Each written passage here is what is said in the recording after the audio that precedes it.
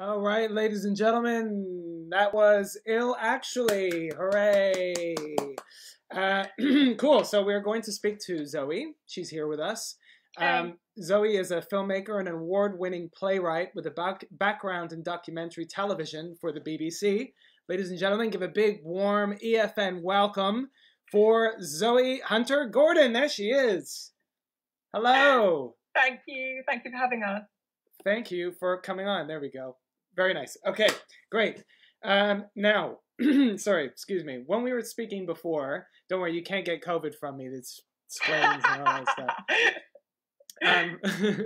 So when we were speaking before, when we were doing, when we talked to you before, you were very passionate about how this was a collaborative project. Yeah. And I just wanted to first give you just get you to speak about how it came about and the guys that you were collaborating with. Yeah, of course. I mean, personally, just as a philosophy, I find it difficult that film is talked about as such a kind of director's auteur medium. That's just not the case. Films are made by families of people.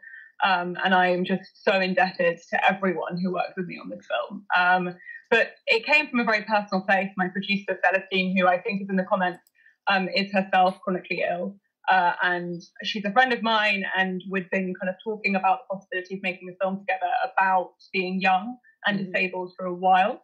The film, I saw someone in the comments was asking about, how did we find people? And this was really a film that was 3 years in the making. I mean, we did a shit ton of research. Oh, wow. Pardon my French. And we really talked to many, many, many people who were young and ill or disabled, however they identify themselves, before kind of reaching out to our final three. And obviously, as a documentary maker, you are only as good as the people that want to share their stories with you.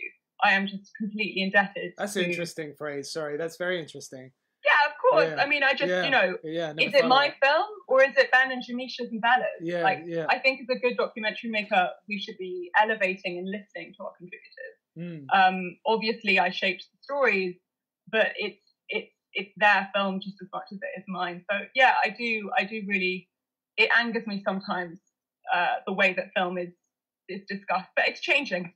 I think it's changing. Oh, you mean people are more sort of addressing more that it's a collaborative experience? Is that what you mean? Yeah, I guess I just especially in documentary, I find the credit film by very odd.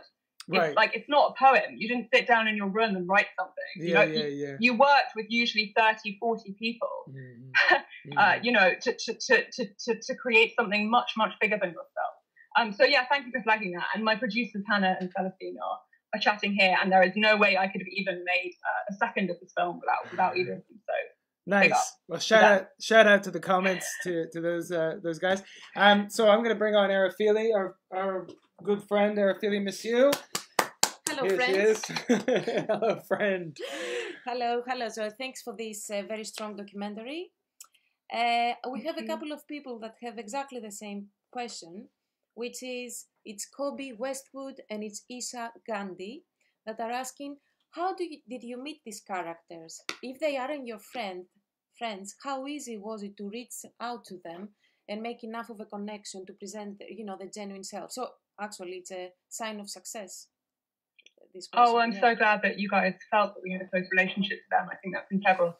So, like I said earlier, it was a film that was about 3 years in the making. So me and Celestine knew we wanted to make a film on the topic. I was working in television at the time. We reached out to a production company that I was working with. Anyone who wants to make documentaries, I would say it is difficult to make them. It's difficult to find people without backing. We were lucky. We found a production company who said, cool, we'll help you. And then we emailed, must have been 30 charities. And then those charities said in a newsletter, these guys are looking to talk to you. And then we genuinely had phone conversations with over 100 people. I mean, we have logs. So I just think, but for me, that's part of the beauty of docs, is that you speak to all these people that you would never speak to. You get to call up a stranger and go, hey, ask them a very intimate question. It's ridiculous. It's beautiful in many ways. And yeah, I think it's a pleasure, but you do need to do that level of research, I think, to find stories like Bella's and Shanisha's and Ben. To find the extraordinary people, you kind of need to dig deep. You can do these things without production companies, but the questions are correct. Usually they're personal. So my other films I have not done with production companies, but they have had a personal connection. Obviously, it helps that Celestine herself is part of the chronically ill and disabled young community. So there was a kind of authenticity there that allowed us to make a true connection. It wasn't just leapfrogging on an experience, if that makes sense. Mm-hmm. Awesome. Do we have a time for another question? Yeah. Okay. So we had the same question with Isha Gandhi again, which is, you know, we watched the previous film by Samantha White that took a bit of a dark, she had a dark understanding of technology in a way, humorous, but a bit dark.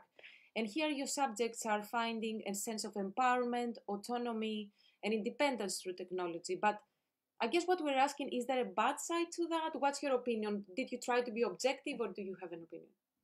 Yeah, that's a really interesting question. I tried to be objective during the film, but I think something that I find really interesting, and that, you know, Ben Mudge, the Thor character, himself acknowledges, is that it's very difficult to be, look, for a lot of young people who are disabled, their reality is chronic pain, houseboundness, and being bedridden. Like, that's not sexy on social media. So I found it interesting that the person who is the most ill day to day is Bella, and she chooses to not be disabled online and to work as a cam girl who poses as able. Whereas if you're someone like Ben, who can pass as able on social media, you have this interesting kind of, I guess, I mean, he used the term himself, so like inspiration, right? People are like, wow, you're incredible, you don't look ill. But it frightens me that we live in a society where we are celebrating those who are disabled, who don't look ill. So that's the dark side of social media for me, is that actually, like, if someone were to post every day, I'm in chronic pain, would you like that post? And we need, and if we're gonna live in a world where we listen to people's realities, even when, as Jamisha says, they're ugly and involve mortality and death. I mean, COVID has made it clear to all of us, right?